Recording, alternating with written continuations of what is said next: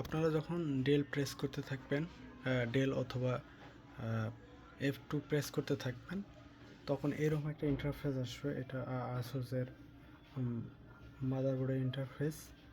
তো আপনারা যখন ডেল প্রেস করবেন তখন প্রাথমিক অবস্থায় এরকম একটা স্পেস, একটা স্ক্রিন শো করবে আপনাদের সামনে। তো এখানে আসার পর মেন কাজটা আমি দেখাবো আপনাদের।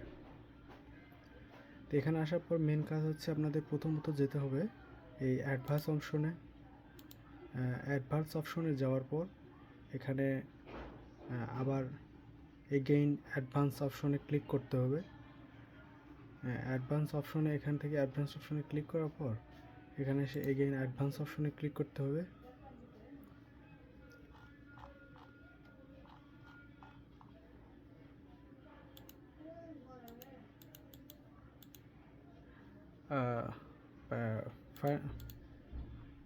প্রথমত আপনারা যখন এখানে এরকম একটা ইন্টারফেস দেখবেন, আপনারা যখন ডেল প্রেস করবেন অথবা F2 প্রেস করার পর এরকম একটা ইন্টারফেস আপনাদের সামনে শো করবে। তো তারপর আপনাদের F7 অথবা অ্যাডভান্স মোডে ক্লিক করতে হবে। করার পর এরপর আপনাদের আবার এগেইন অ্যাডভান্স মোডে আসার পর এখানে দেখছেন প্ল্যাটফর্ম কনফিগারেশন। এখানে সেকেন্ড অপশনে ক্লিক করতে হবে, সেটা হচ্ছে সিপিইউ কনফিগারেশন।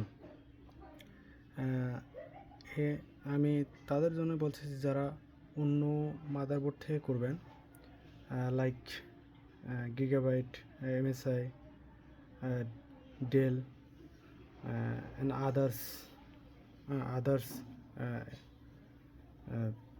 পিসি থেকে করবেন, তাদের জন্য বলতেছি আপনারা এখানে দেখবেন যে আপনাদের এখানে অনেকগুলো অপশন দেখবেন।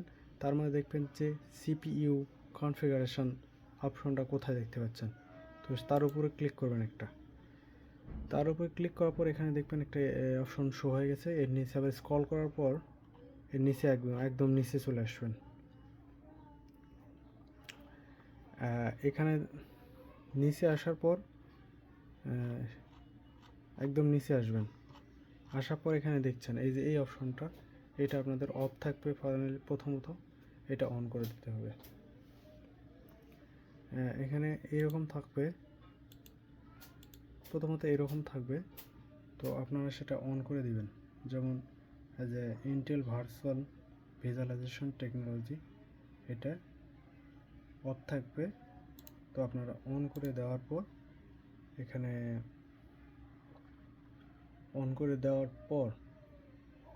এরপর হচ্ছে আপনারা ফেরত যাবেন।